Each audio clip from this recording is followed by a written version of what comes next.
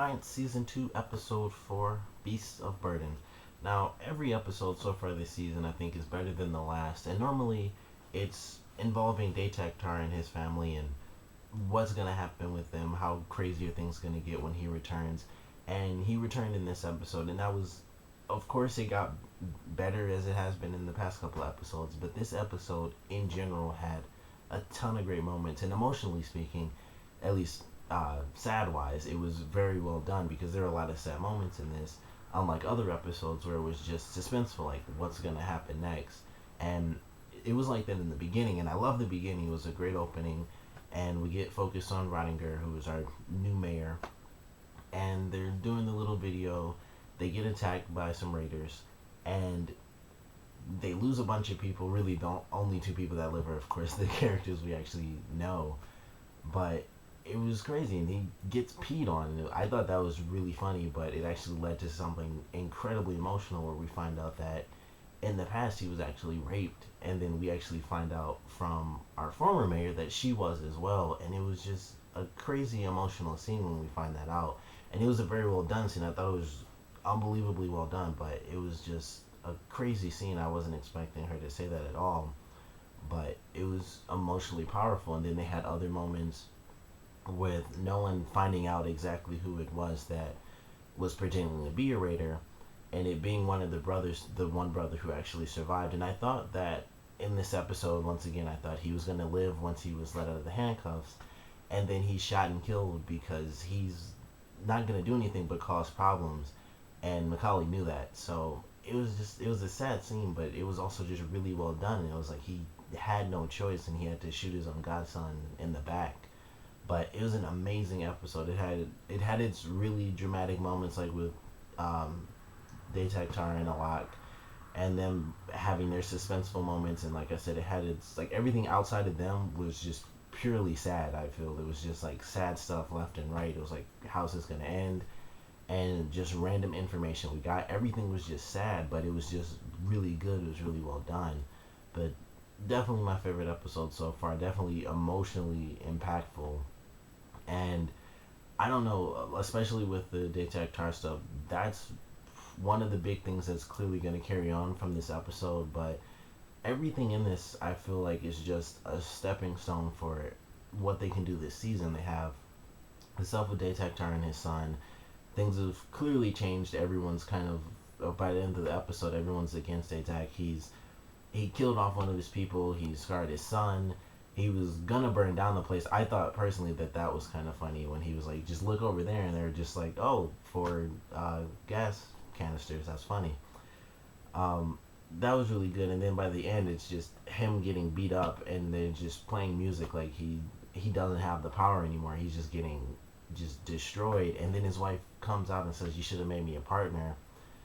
And in the preview, he's even getting kicked out of his house. The preview for the next episode. So that's gonna continue throughout the rest of the season. He's gonna try to build some sort of new empire somehow by himself, but that's gonna be crazy. And then of course, at the end of this episode, Macaulay, he's evicted. It's like the E-Rep go right after him, even though he wasn't responsible for it. He even killed his own godson, but he gets evicted. So who knows what's gonna happen there? In the preview, he was at Alak's house, I guess, Alak and his mother's house now. So he's going to be with them for a while. So that's definitely going to change some things for the series as well. But it'll be interesting to see how he interacts with them and how he kind of deals with being in the household of the people who are kind of controlling the drug empire within the city. And he kind of hates that as it is. So he's going to be living with them. So that should be interesting.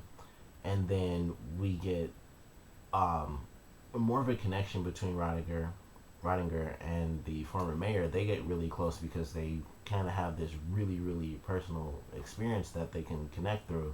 So they're going to be getting closer, and that's going to keep going throughout the series. Of course, that's kind of his main purpose, I feel, is to be the bad guy and try to get close to her. But it was definitely a great episode. It had, like, I don't think there was anything I didn't enjoy in this episode. We even see some stuff with, like, Arissa still uh, caring for the other guy. I want to say his name's Jimmy. I can't even remember his name, but she still has feelings for him, at least a little bit. So we even get, like, they even touch on that a little bit. They actually have him talk to his current girlfriend, and she's in this episode a lot more. That was interesting, and she's sort of a big component of it with her and her camera as she's always holding on to.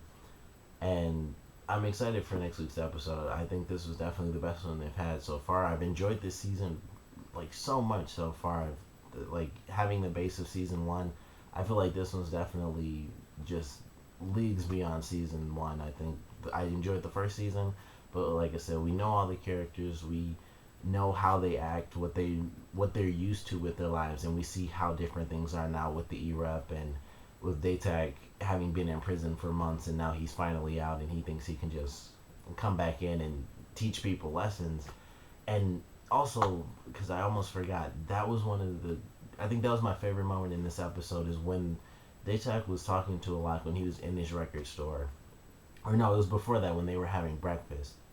And Alak was talking about, I was just kind of taking your place while you were gone. I figured now that you're back, I could just go off and do my records thing, and you could take over the family business. I could do my records and raise my family and make money because I'm doing a lot better in that now.